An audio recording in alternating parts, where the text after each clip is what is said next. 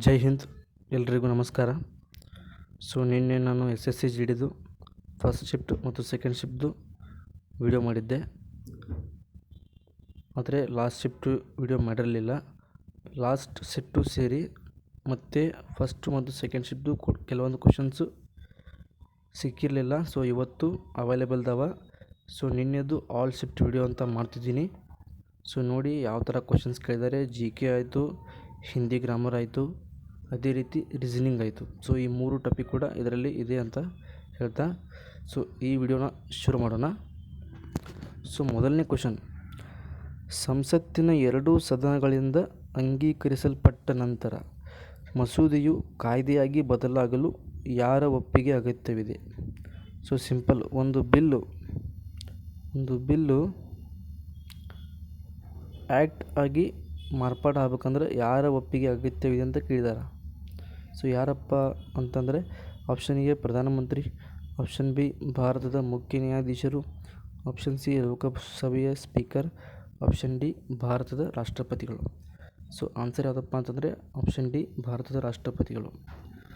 ಬಿಲ್ಗೆ ಸಂಬಂಧಪಟ್ಟಂಥ ಹಾಗೆ ಇನ್ಫಾರ್ಮೇಷನ್ ಏನಪ್ಪ ಅಂತಂದರೆ, ಯಾವುದಾದ್ರೂ ಬಿಲ್ 2 ಸದನಗಳಿಂದ ಪಾಸ್ ಆದಾಗ ಆ ಬಿಲ್ ಮೇಲೆ ರಾಷ್ಟ್ರಪತಿಯವರು 111ನೇ ವಿಧಿ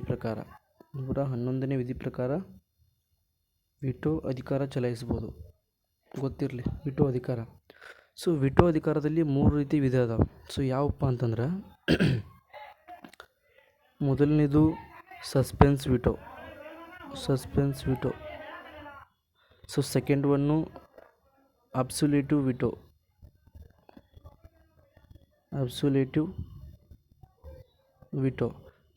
ಮೂರನೇದು ಪಾಕೆಟ್ ವಿಟೋ. ಯಾವುದಾದ್ರೂ ವಿಟೋನ ರಾಷ್ಟ್ರಪತಿಯವರು ನಡೆಸ್ಬೋದು. ಓಕೆ, ಈ ಒಂದು ಕ್ವಶನ್ಗೆ ಸಂಬಂಧಪಟ್ಟ ಇಷ್ಟು ಮಾಹಿತಿ ಗೊತ್ತಿರಲಿ. ನೆಕ್ಸ್ಟ್ ಕ್ವಶನ್ ನೋಡಿ, ಭೂಮಿಗೆ ಹೋಲಿಸಿದರೆ ಚಂದ್ರನ ಮೇಲಿನ ಗುರುತ್ವಾಕರ್ಷಣ ಬಲವು ಸರಿಸುಮಾರು ಎಷ್ಟಿದೆ? Option A 1/2, option B 1/6, option C 1/10, option D 6. Correct answer ನಿಮಗೆ ಗೊತ್ತಿರೋ ಹಾಗೆ 1/6. 1/6 ಅಂದರೆ ಏನಪ್ಪ ಅಂತಂದರೆ, ಒಂದು ವೇಳೆ ನಿಮ್ಮ ತೂಕ ಭೂಮಿ ಮೇಲೆ 60 kg ಇದ್ದರೆ ಚಂದ್ರನ ಮೇಲೆ ನಿಮ್ಮ ತೂಕ ಎಷ್ಟಿರುತ್ತಪ್ಪ ಅಂತಂದರೆ 10 kg ಇರುತ್ತೆ. ಓಕೆ, ಭೂಮಿ ಮೇಲೆ 60 kg ನಿಮ್ಮ ತೂಕ ಇದ್ದರೆ ಚಂದ್ರನ ಮೇಲೆ 10 kg ಇರುತ್ತೆ. ದ್ರವ್ಯರಾಶಿ ಮಾತ್ರ ಎರಡೂ ಕಡೆ ಸೇಮ್ ಇರುತ್ತೆ.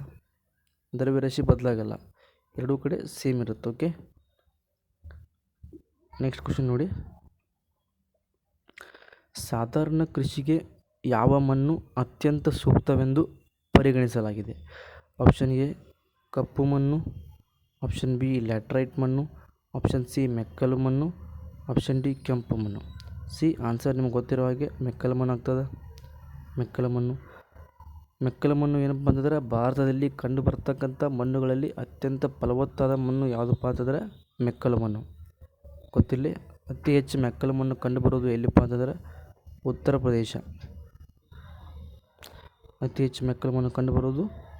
ಪ್ರದೇಶ. ಗೊತ್ತಿರಲಿ. ಅದೇ ರೀತಿ ಕಪ್ಪು ಮಣ್ಣಿನ ಬಗ್ಗೆ ಹೇಳ್ಬೇಕಪ್ಪ ಅಂತಂದರೆ, ಕಪ್ಪು ಮಣ್ಣನ್ನು ರೇಗೋರ್ ಮಣ್ಣು ಅಂತ ಕರೀತಾರೆ. ಓಕೆ, ಅದೇ ರೀತಿ ಕಪ್ಪು ಮಣ್ಣು ಹೊಂದಿರತಕ್ಕಂಥ ಪ್ರದೇಶವನ್ನು ಏನಂತ ಕರೀತಾರಪ್ಪ ಅಂತಂದರೆ ಡೆಕ್ಕನ್ ಟ್ರ್ಯಾಪ್ ಅಂತ ಕರೀತಾರೆ. ಕಪ್ಪು ಮಣ್ಣು ಕಪ್ಪಾಗಿರಲು ಕಾರಣ ಏನಪ್ಪ ಅಂತಂದರೆ, ಏನಂತ ಹೇಳಿದೆ ನೋಡಿ, ಟೈಟಾನಿಫೆರಸ್ ಮ್ಯಾಗ್ನಾಟೈಟ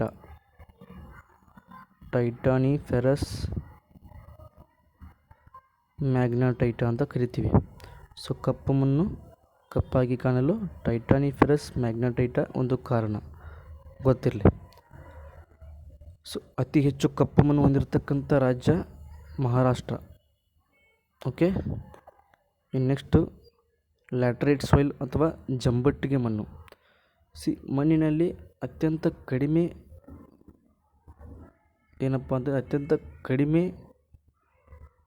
ಫಲವತ್ತತೆಯನ್ನು ಹೊಂದಿರತಕ್ಕಂಥ ಮಣ್ಣುಗಳಲ್ಲಿ ಲ್ಯಾಟರೈಟ್ ಮಣ್ಣು ಕೂಡ ಒಂದು. ಅದೇ ರೀತಿ ಮರುಭೂಮಿ ಮಣ್ಣು ಕೂಡ ಕಂಡುಬರ್ತದೆ ಅತ್ಯಂತ ಕಡಿಮೆ ಫಲವತ್ತತೆ ಒಳಗೆ. ಪರ್ವತ ಮಣ್ಣು ಅಂತ ಹೇಳ್ತೀವಿ. ಸೊ ಆ ಒಂದು ಮಣ್ಣುಗಳಲ್ಲಿ ಇದು ಕೂಡ ಒಂದು ಲ್ಯಾಟ್ರೈಟ್, ಜಂಬಟ್ಟಿಗೆ ಮಣ್ಣು. ಅತಿ ಹೆಚ್ಚು ಜಂಬಟ್ಟಿಗೆ ಮಣ್ಣು ಕಂಡುಬರೋದು ಎಲ್ಲಿಪ್ಪ ಅಂತಂದ್ರೆ ಮೇಘಾಲಯ.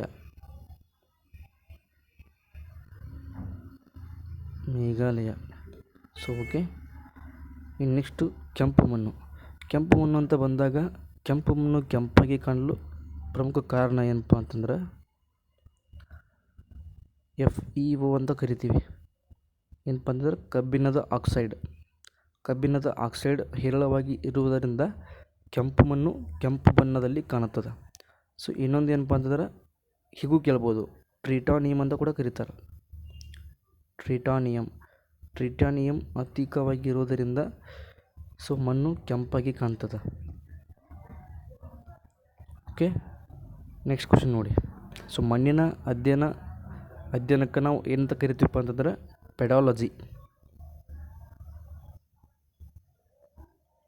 ಪೆಡಾಲಜಿಯನ್ನು ಮಣ್ಣಿನ ಅಧ್ಯಯನಕ್ಕಾಗಿ ನಾವು ಬಳಸ್ತೀವಿ. ಓಕೆ, ನೆಕ್ಸ್ಟ್ ಕ್ವಶನ್ ನೋಡ್ರಿ. ಅಸ್ಸಾಂನ ಪ್ರಸಿದ್ಧ ಮಾಘ ಬಿಹು ಹಬ್ಬವನ್ನು ಮುಖ್ಯವಾಗಿ ದಕ್ಷಿಣ ಭಾರತದ ಯಾವ ಹಬ್ಬದ ಸಮಯದಲ್ಲಿ ಆಚರಿಸಲಾಗುತ್ತದೆ? Option A Onam, option B pongal, option C Ugadi, option D Vishu. So correct answer ಯಾವುದಪ್ಪ ಅಂತಂದರೆ ಆಪ್ಷನ್ ಬಿ ಪೊಂಗಲ್. ತಮಿಳುನಾಡಿನಲ್ಲಿ ಇದನ್ನು ಆಚರಣೆ ಮಾಡ್ತಾರೆ. ಸೊ ಅಸ್ಸಾಂನ ಪ್ರಸಿದ್ಧ ಮಾಘ ಬಿಹು ಯಾವ ತಿಂಗಳದಾಗ ಆಚರಣೆ ಮಾಡ್ತಾರಲ್ಲ, ಸೊ ಅದೇ ತಿಂಗಳಿನಲ್ಲಿಯೇ ತಮಿಳುನಾಡಿನಲ್ಲಿ ಪೊಂಗಲ್ ಹಬ್ಬವನ್ನು ಆಚರಣೆ ಮಾಡ್ತಾರೆ. ಸೊ ಗೊತ್ತಿರಲಿ. ಸೊ ಇದೇ ಕ್ವಶನ್ಗೆ ಕರೆಕ್ಟ್ ಆನ್ಸರ್ ಪೊಂಗಲ್. ಓಕೆ, ಹಬ್ಬಗಳ ಬಗ್ಗೆ ಕ್ವಶನ್ ಕೇಳ್ತಿದ್ದಾರೆ, ಫೆಸ್ಟಿವಲ್ ಬಗ್ಗೆ. ಸೊ ಯಾವ ಶಿಫ್ಟ್ನಾಗ ಕೇಳಿದಾರೋ ಕನ್ಫರ್ಮ್ ಗೊತ್ತಿಲ್ಲ. ಸೊ ಇದು ಮೊದಲನೇ shift, second shift, third shift, fourth shift, all shift mix question ತೆಗಿತಾರೆ, ಮಿಸ್ ಆಗಿದ್ದು ಕ್ವಶನ್ಸ್. ಓಕೆ, ನೆಕ್ಸ್ಟ್ ಕ್ವಶನ್ ನೋಡಿ. ಹಿಮಾಲಯ ಪರ್ವತ ಶ್ರೇಣಿಯನ್ನು ಉತ್ತರದಿಂದ ದಕ್ಷಿಣಕ್ಕೆ ಭೌಗೋಳಿಕವಾಗಿ ಎಷ್ಟು ಪ್ರಮುಖ ಸಮಾನಾಂತರ ಭಾಗಗಳಾಗಿ ವಿಭಜಿಸಲಾಗಿದೆ? ಹಿಮಾಲಯ ಪರ್ವತ ಶ್ರೇಣಿ ಅಂತ ಬಂದಾಗ ಪ್ರಮುಖವಾಗಿ ಹಿಮಾಲಯ ಪರ್ವತ ಶ್ರೇಣಿ ಹೇಗೆ ನಿರ್ಮಾಣ ಆಯಿತು ಅದನ್ನು ತಿಳ್ಕೊಬೇಕು ಫಸ್ಟ್. ಸೊ ಸುಮಾರು ಬಿಲಿಯನ್ ವರ್ಷಗಳ ಹಿಂದೆ ಭೂಮಿಯಲ್ಲಿ ಕೇವಲ 2 ಭೂಭಾಗ ಇತ್ತು. ಸೊ ಉತ್ತರದಲ್ಲಿ ಐ ಥಿಂಕ್ ಲೇವಾಸಿಯರ್ ಅಥವಾ ಲಾವಾಸಿಯರ್ ಅಂತ ಅನ್ಕೋತೀನಿ, ದಕ್ಷಿಣದಲ್ಲಿ ಗೊಂಡ್ವಾನಾ ಭೂಭಾಗ. ಸೊ ನಡುವೆ ಒಂದು ಸಮುದ್ರ ಇತ್ತು. ಆ ಸಮುದ್ರ ಯಾವುದಪ್ಪ ಅಂತಂದ್ರೆ ತೆತೀಸ್ ಸಮುದ್ರ ಕಂಡುಬರುತ್ತೆ. ಸೊ ಈ ಭೂಭಾಗ ಉತ್ತರದ ಭೂಭಾಗವನ್ನು ಕೂಡುವ ಸಮಯದಲ್ಲಿ ಈ ತೆತೀಸ್ ಸಮುದ್ರನಲ್ಲಿರುವ ಹೂಳು ಮೇಲೆ ಹೋಗಿ ಅದೇ ಹಿಮಾಲಯ ಪರ್ವತ ಶ್ರೇಣಿ ಆಗಿದೆ ಅಂತ ಸೊ ಅಭಿಪ್ರಾಯ ಐತಿ, ಕೆಲವೊಂದು ಭೂಗೋಳಶಾಸ್ತ್ರಜ್ಞರ ಅಭಿಪ್ರಾಯ. ಓಕೆ, ಸೊ ಇನ್ನು ನೆಕ್ಸ್ಟ್ ಹಿಮಾಲಯ ಶ್ರೇಣಿಯನ್ನು ನಾವು ಉತ್ತರದಿಂದ ದಕ್ಷಿಣಕ್ಕೆ ಪ್ರಮುಖವಾಗಿ 3 ಭಾಗ ಮಾಡ್ತೀವಿ. ಸೊ ಯಾವುದಪ್ಪ? ಸೊ ಮೊದಲನೇದು ಮಹಾ ಹಿಮಾಲಯ, ಅಥವಾ ಇದನ್ನು ಹಿಮಾದ್ರಿ ಅಂತ ಕರಿತೀವಿ. ಹಿಮಾದ್ರಿ. ಎರಡನೇದು ಮಧ್ಯ ಹಿಮಾಲಯ. ಸೊ ಇದನ್ನು ಹಿಮಾಚಲ ಅಂತ ಕರಿತೀವಿ, ಹಿಮಾಚಲ. ಇನ್ನು ಕೊನೆಯದಾಗಿ ಕೆಳ ಹಿಮಾಲಯ. ಸೊ ಇದನ್ನು ಶಿವಾಲಿಕ್ ಅಂತ ಕರಿತೀವಿ, ಶಿವಾಲಿಕ್ ಶ್ರೇಣಿ. ಓಕೆ, ಸೊ ಇದು ಗೊತ್ತಿರಲಿ. ಸೊ ನಾನು ನಿಮ್ಗೆ ಒಂದು ಕ್ವಶನ್ ಕೇಳ್ತೀನಿ.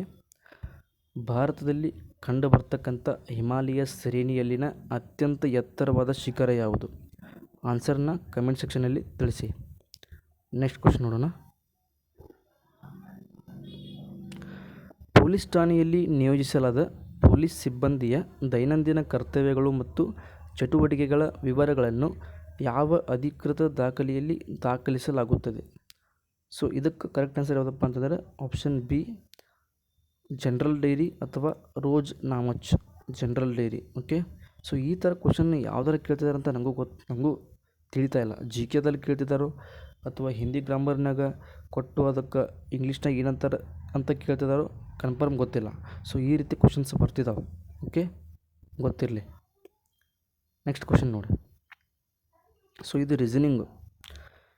ಗ್ರೆಗೋರಿಯನ್ ಕ್ಯಾಲೆಂಡರ್ ಪ್ರಕಾರ 1 ಜನವರಿ 1611 ವಾರದ ಯಾವ ದಿನವಾಗಿತ್ತು? ಸೊ ಕರೆಕ್ಟ್ ಆನ್ಸರ್ ಯಾವುದಪ್ಪ ಅಂತಂದರೆ ಈ ಕ್ವಶನ್ಗೆ ಆಪ್ಷನ್ ಡಿ ಶನಿವಾರ. ಸೊ ಅದು ಯಾವ ರೀತಿ ಅಂತ ನೀವು ಕ್ಯಾಲ್ಕುಲೇಷನ್ ಮಾಡಿ ಕಮೆಂಟ್ನಾಗ ತಿಳಿಸಿ. ಓಕೆ, ನೆಕ್ಸ್ಟ್ ಕ್ವಶನ್ ನೋಡಿ. ವಿಚಾರಣೆಗಾಗಿ ಹಾಜರಾಗಲು ಪೊಲೀಸ್ ಅಧಿಕಾರಿಗಳು ವ್ಯಕ್ತಿಯೊಬ್ಬರಿಗೆ ನೀಡುವ ಅಧಿಕೃತ ಆದೇಶವನ್ನು ಏನೆಂದು ಕರೆಯುತ್ತಾರೆ? Option A summons, option B ಆದೇಶ, ಆಪ್ಷನ್ ಸಿ ಬೋಧನೆ, ಆಪ್ಷನ್ ಡಿ ಮಾಹಿತಿ. ಸೊ ಕರೆಕ್ಟ್ ಆನ್ಸರ್ ಯಾವುದಪ್ಪ ಅಂತಂದ್ರೆ ಸಮನ್ಸ್. Okay, summons. ಸೊ ಇದು ಎರಡನೇ ಕ್ವಶನ್ ಆ ರೀತಿ ಬಂದದ್ದು ನಿನ್ನೆ ಶಿಫ್ಟ್ಗಳಲ್ಲಿ. ನೆಕ್ಸ್ಟ್ ಕ್ವಶನ್ ನೋಡಿ. ಇದು ಹಿಂದಿ ಗ್ರಾಮರ್ ಯಾವ ರೀತಿ ಬರ್ತಾವಂತ ನಿಮಗೆ ಎಕ್ಸಾಂಪಲ್. निम्नलिखित में से वर्तनी की दृष्टि से शुद्ध शब्द का चयन कीजिए. ऑप्शन ए संशोधित, ऑप्शन बी संशोधित, ऑप्शन सी संशोधित, ऑप्शन डी संशोधित. ಸೊ ಕರೆಕ್ಟ್ ಆನ್ಸರ್ ಯಾವುದಪ್ಪ ಇವುಗಳಲ್ಲಿ ಅಂತಂದರೆ ಆಪ್ಷನ್ ಡಿ ಸಂಶೋಧಿತ. ಸೊ ನಾವು ಕನ್ನಡ ಹೆಂಗೆ ಬರಿತೀವಿ?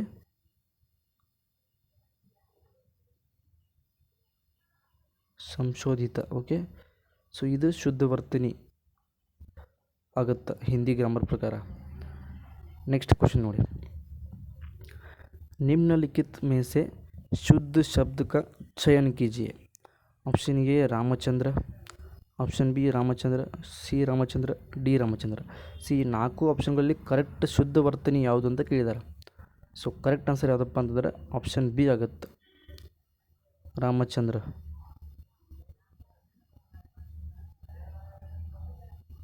ಸೊ ಇದು ಕರೆಕ್ಟ್ ಆನ್ಸರು ಗೊತ್ತಿರಲಿ. ಸೊ ಈ ರೀತಿ ಶುದ್ಧ ವರ್ತಿನಿ ಬಗ್ಗೆ ಕ್ವಶನ್ ಬರ್ತಿದ್ದಾವೆ ಹಿಂದಿ ಗ್ರಾಮರ್ನಲ್ಲಿ, ಇದು ಗೊತ್ತಿರಲಿ. ನೆಕ್ಸ್ಟ್ ಕ್ವಶನ್ ನೋಡಿರಿ. ನಿಮ್ನಲಿಖಿತ में से ಅಶುದ್ಧ ಶಬ್ದ का चयन कीजिए. ಈಗ ಎರಡು ಕ್ವಶನ್ ಶುದ್ಧ ವರ್ತಿನಿ ಕೇಳಿದ್ರು, ಈ ನೆಕ್ಸ್ಟ್ ಅಶುದ್ಧ ಶಬ್ದ ಯಾವುದಂತ ಕೇಳಿದಾರೆ. ಸೊ ಆವಾಜ್ ಕರೆಕ್ಟ್ ಇದೆ, ಬಾದಾಮ್ ಕರೆಕ್ಟ್ ಇದೆ, ಶುದ್ಧವಾಗಿದೆ. ಅದೇ ರೀತಿ ಆಪ್ಷನ್ ಸಿ ಆಹಾರ ಕರೆಕ್ಟ್ ಇದೆ. ಸೊ ಇದ್ರಾಗ ತಪ್ಪಿರುವಂಥ ಆಪ್ಷನ್ ಯಾವುದಪ್ಪ ಅಂತಂದ್ರೆ ನಿರಾಸತ್. ಸೊ ಇದು ಯಾವ ಥರ ಆಗ್ಬೇಕಪ್ಪ ಅಂತಂದ್ರೆ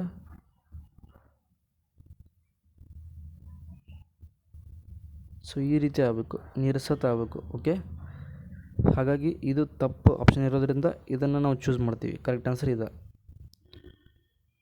ನೆಕ್ಸ್ಟ್ ಕ್ವಶನ್ ನೋಡ್ರಿ.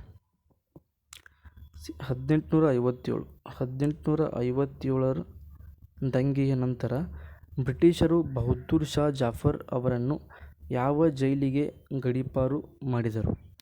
Option A Kalapani, option B Alipur jail, option C Rangoon jail, option D Madras jail. So correct answer ಯಾವುದಪ್ಪ ಅಂತಂದರೆ option C Rangoon jail. So ದೆಹಲಿಯ ಚಕ್ರವರ್ತಿ ಆದಂತಹ ಎರಡನೇ ಬಹದ್ದೂರ್ ಶಾ ಜಾಫರ್ ಅವರನ್ನು 1857 ದಂಗೆಯ ನಂತರ ಬ್ರಿಟಿಷರು ರಂಗೂನ್ ಜೈಲಿಗೆ ಗಡೀಪಾರು ಮಾಡ್ತಾರೆ. ಈ ರಂಗೂನ್ ಜೈಲು ಇವತ್ತು ಪ್ರಸ್ತುತ ಎಲ್ಲಿತ್ತಪ್ಪ ಅಂತಂದ್ರೆ ನಾವು ಮಯನ್ಮಾರ್ ಅಂತ ಕರಿತೀವಿ, ಮಯನ್ಮಾರ್ ಅಲ್ಲಿ ಕಂಡು ಬರುತ್ತೆ. ಓಕೆ, ಸೊ 1857 ದಂಗೆಯ ಕುರಿತು ಕ್ವಶನ್ಗಳು ಬರುತ್ತವೆ SSC GDಯಲ್ಲಿ. ಸೊ ಅದ್ರ ಬಗ್ಗೆಯೂ ಮಾಹಿತಿ ಗೊತ್ತಿರಲಿ. ಈ ಕ್ವಶನ್ ನೋಡ್ರಿ. ಭಾರತದ ರಾಷ್ಟ್ರಪತಿಯೇ ಅವರ ಮೊದಲ ಮಹಿಳಾ ADC ಏಡ್ ಡಿ ಕ್ಯಾಂಪ್ ಆಗಿ ನೇಮಕಗೊಂಡ ನೌಕಾಪಡೆಯ ಅಧಿಕಾರಿ ಯಾರು?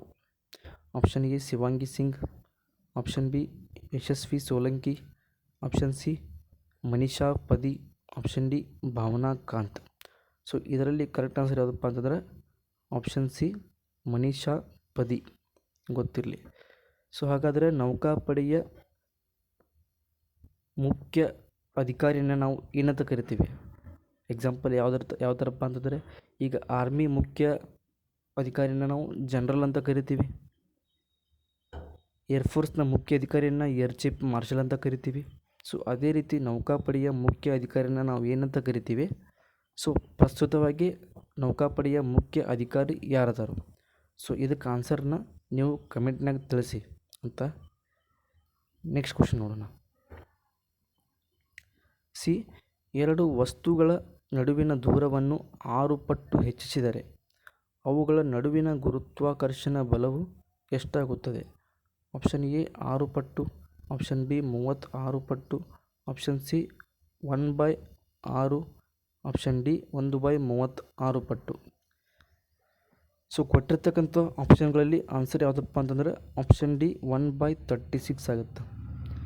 ನ್ಯೂಟನ್ನ ಗುರುತ್ವಾಕರ್ಷಣೆ ನಿಯಮದ ಪ್ರಕಾರ ಬಲವು ಎಷ್ಟು ಹೆಚ್ಚಾಗುತ್ತೋ ದೂರವು ಎಷ್ಟು ಪಟ್ಟು ಹೆಚ್ಚಾಗುತ್ತೋ ಬಲವು ಅದರ ವರ್ಗದ ವಿಲೋಮಾನುಪಾತದಲ್ಲಿ ಇರ್ತದೆ. ಯಾವ ಥರಪ್ಪ ಅಂತಂದ್ರೆ 6 ಪಟ್ಟು ದೂರ ಹೆಚ್ಚಾಗೋದ್ರಿಂದ ಬಲವು ಇದರ ವರ್ಗದ 6ರ ವರ್ಗ ಯಾವುದಪ್ಪ 36. ಇದಕ್ಕೆ ವಿಲೋಮಾನುಪಾತದಲ್ಲಿ ಇರುತ್ತೆ, ಇದಕ್ಕೆ ಅಪೋಸಿಟ್ ಇರುತ್ತದೆ ಯಾವುದ ಗುರುತ್ವಾಕರ್ಷಣ ಬಲ. ಅಕಸ್ಮಾತ್ ನೆಕ್ಸ್ಟ್ ಎಕ್ಸಾಮ್ಗಳಲ್ಲಿ ಏನಾದರೂ 9 ಪಟ್ಟು ಕೊಟ್ಟರೆ ತಿಳ್ಕೊರಿ ಕ್ವಶನ್ಯಾಗ, ಅದರ ಆನ್ಸರ್ ಎಷ್ಟಾಗುತ್ತೆ 1/81 ಆಗುತ್ತೆ. ಈ ಥರ ಗೊತ್ತಿರಲಿ ಯಾವುದರ ಪ್ರಕಾರ ನ್ಯೂಟನ್ನ ಗುರುತ್ವಾಕರ್ಷಣ ನಿಯಮದ ಪ್ರಕಾರ. ಓಕೆ, ನೆಕ್ಸ್ಟ್ ಕ್ವಶನ್ ನೋಡ್ರಿ. ಇಸ್ರೋದ ಅತ್ಯಂತ ಭಾರವಾದ ಉಡಾವಣಾ ವಾಹನ ಯಾವುದು? ಇದನ್ನು ಹೆಚ್ಚಾಗಿ ಬಾಹುಬಲಿ ಎಂದು ಕರೆಯಲಾಗುತ್ತದೆ. Option A PSLV, option B GSLV Mk2, option C LV-M3 ಅಥವಾ GSLV Mark 3, option D SSLV D2. ಇವೆಲ್ಲ ಏನಪ್ಪ ಅಂತಂದ್ರೆ ಸ್ಯಾಟಲೈಟ್ ಲಾಂಚ್ ವೆಹಿಕಲ್ಸ್. ಇವೆಲ್ಲ ಸ್ಯಾಟಲೈಟ್ ಲಾಂಚ್ ವೆಹಿಕಲ್ ಅಂತ ಕರಿತೀವಿ ಇವನ್ನ. ಕರೆಕ್ಟ್ ಆನ್ಸರ್ ಯಾವುದಪ್ಪ ಅಂತಂದ್ರೆ ಆಪ್ಷನ್ ಸಿ LV-M3 ಅಥವಾ GSLV Mk3. GSLV ಅಂದರೆ ಏನಪ್ಪ ಅಂತಂದ್ರೆ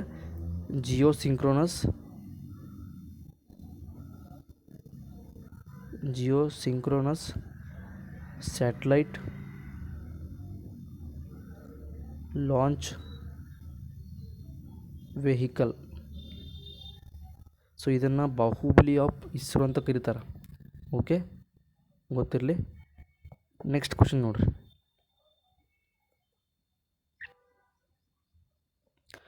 ವಿಜಯನಗರ ಸಾಮ್ರಾಜ್ಯದ ಹಂಪಿ ಅಥವಾ ವ್ಯಾಪಾರಿಗಳು ಅಥವಾ ಹಂಪಿ ವ್ಯಾಪಾರಿಗಳು ವಿದೇಶಿ ವ್ಯಾಪಾರಕ್ಕಾಗಿ ಅಂದರೆ ಯಾವ ವ್ಯಾಪಾರಪ್ಪ ಅಂತಂದರೆ ಮಸಾಲೆ ಪದಾರ್ಥಗಳು ರಫ್ತು ಹಾಗೂ ಕುದುರೆಗಳ ಆಮದು ಮುಖ್ಯವಾಗಿ ಯಾವ ಕರಾವಳಿ ಪ್ರದೇಶವನ್ನು ಬಳಸುತ್ತಿದ್ದರು ವ್ಯಾಪಾರ ಸಲುವಾಗಿ? ಆಪ್ಷನ್ ಎ ಕೋರಮಂಡಲ ತೀರ, ಆಪ್ಷನ್ ಬಿ ಮಲಬಾರ್ ತೀರ, ಆಪ್ಷನ್ ಸಿ ಕೊಂಕಣ ತೀರ, ಆಪ್ಷನ್ ಡಿ ಗುಜರಾತ್ ತೀರ.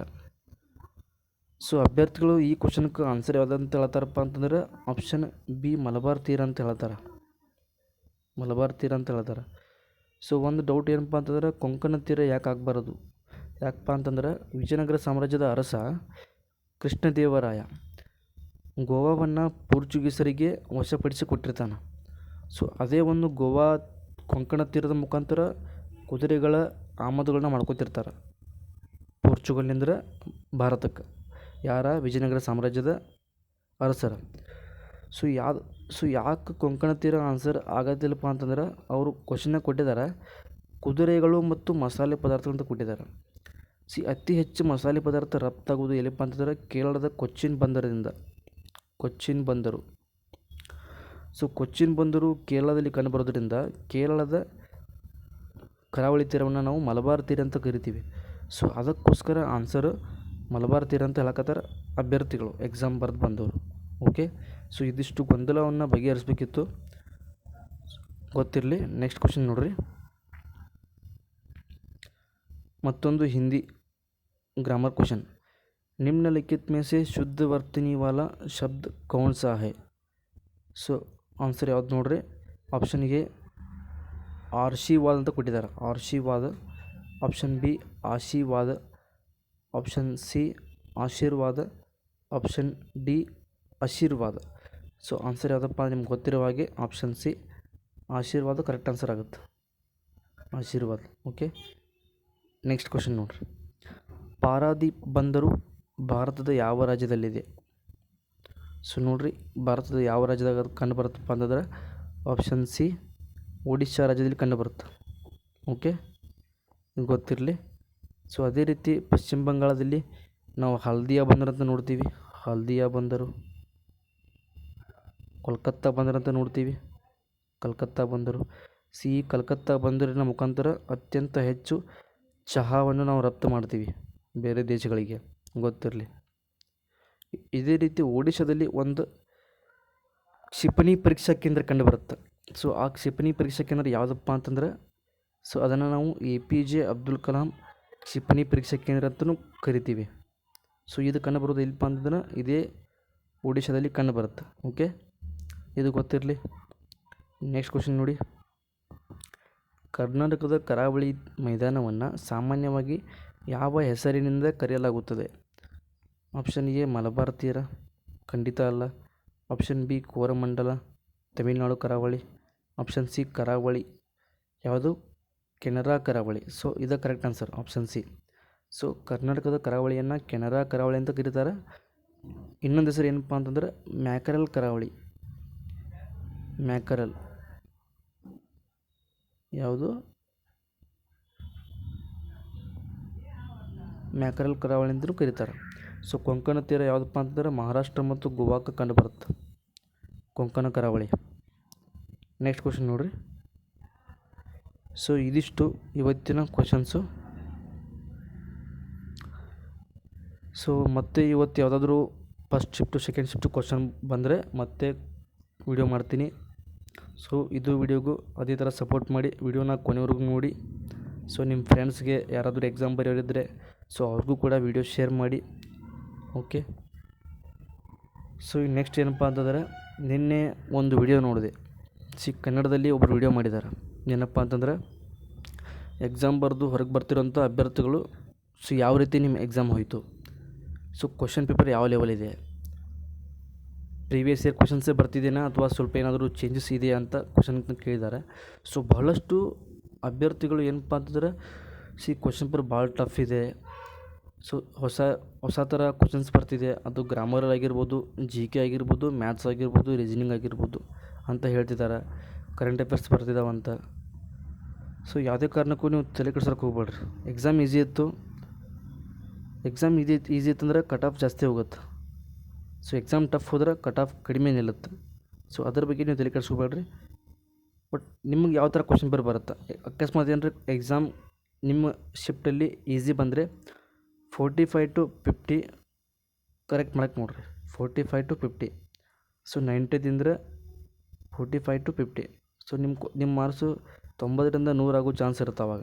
ಸೊ ಕ್ವಶನ್ ಪೇಪರ್ ಟಫ್ ಅಂತಂದರೆ ಅವಾಗೇನು ಮಾಡೋದು, ಅಟ್ಲೀಸ್ಟ್ 35 to 40 ಪ್ಲಸ್ ಮಾಡಕ್ಕೆ ನೋಡಿರಿ. ಸೊ ಕ್ವಶನ್ ಪೇಪರ್ ಟಫ್ ಇತ್ತಂದ್ರೆ ನೀವು ಆಟೋಮೆಟಿಕ್ ನಿಮ್ಗೆ ನಾರ್ಮಲೈಸ್ ಮಾರ್ಕ್ಸ್ ಸಿಗ್ತಾವೆ. ಸೊ ಅದ್ರ ಬಗ್ಗೆ ನೀವು ತಲೆ ಕೆಡಿಸ್ಕೋಬೇಡ್ರಿ. ಕ್ವಶನ್ ಪೇಪರ್ ನಿಮ್ಗೆ ಅಷ್ಟೇ ಟಫ್ ಅನಿಸಿತ್ತು, ಎಲ್ಲರಿಗೂ ಈಸಿ ಅನಿಸಿದ್ರೆ ಸೊ ಅವಾಗ ನಿಮಗೆ ನಾರ್ಮಲೈಸ್ ಮಾರ್ಕ್ಸ್ ಸಿಗೋಲ್ಲ. ಸೊ ನಿಮಗೆ ಯಾವ ಥರ ಟಫ್ ಅನಿಸುತ್ತಲ್ಲ ಅದೇ ರೀತಿ ನಿಮ್ಮ ಜೊತೆ ಎಕ್ಸಾಮ್ ಬರೆದಿರೋ ಅಷ್ಟು ಅಭ್ಯರ್ಥಿಗಳಿಗೂ ಕ್ವಶನ್ ಪೇಪರ್ ಟಫ್ ಅನ್ನಿಸ್ಬೇಕು. ಸೊ ಆವಾಗ ಮಾತ್ರ ನಿಮಗೆ ನಾರ್ಮಲೈಸ್ ಮಾರ್ಕ್ಸ್ ಜಾಸ್ತಿ ಸಿಗ್ತಾವೆ. ಓಕೆ, ಸೊ ಇದಿಷ್ಟು ಮಾಹಿತಿ ನಿಮ್ಗೆ ಜೊತೆ ಹಂಚ್ಕೋಬೇಕಿತ್ತು. ಸೊ ನೆಕ್ಸ್ಟ್ ಯಾರು ಎಕ್ಸಾಮ್ ಬರೀತೀರಿ ಎಲ್ರಿಗೂ ಆಲ್ ದಿ ಬೆಸ್ಟ್. ಸೊ ಮತ್ತೆ ಯಾವುದಾದ್ರೂ ಮ್ಯಾಥ್ಸು ರೀಸನಿಂಗ್ ಕ್ವಶನ್ಸ್ ಬಂದರೆ ನೆಕ್ಸ್ಟ್ ವೀಡಿಯೋದಲ್ಲಿ ನಿಮಗೆ ಅದನ್ನು ತಿಳಿಸ್ತೀನಿ. ಸೊ ನೀವು ಯಾರಾದರೂ ನಿನ್ನೆ ಎಕ್ಸಾಮ್ ಬರೆದು ಬಂದಿದ್ದರೆ ಅಥವಾ ಇವತ್ತು ಎಕ್ಸಾಮ್ ಬರಿತಾ ಇದ್ದರೆ ಸೊ ಯಾವುದಾದ್ರೂ ಕ್ವಶನ್ ಕೇಳಿದರೆ ಸೊ ನನಗದನ್ನ ತಿಳಿಸಿ ಕಮೆಂಟಲ್ಲಿ. ಸೊ ಯಾವ ಥರ ಕ್ವಶನ್ಸ್ ಬಂದಿತ್ತಂತ, ಅದೇ ರೀತಿ ನೀವು ಎಷ್ಟು ಕ್ವಶನ್ಸ್ ಅಟೆಂಪ್ಟ್ ಮಾಡಿದಿರಿ ಅನ್ನೋದನ್ನ ತಿಳಿಸಿ. ಓಕೆ, ಎಲ್ರಿಗೂ all the best. Thank you. Bye.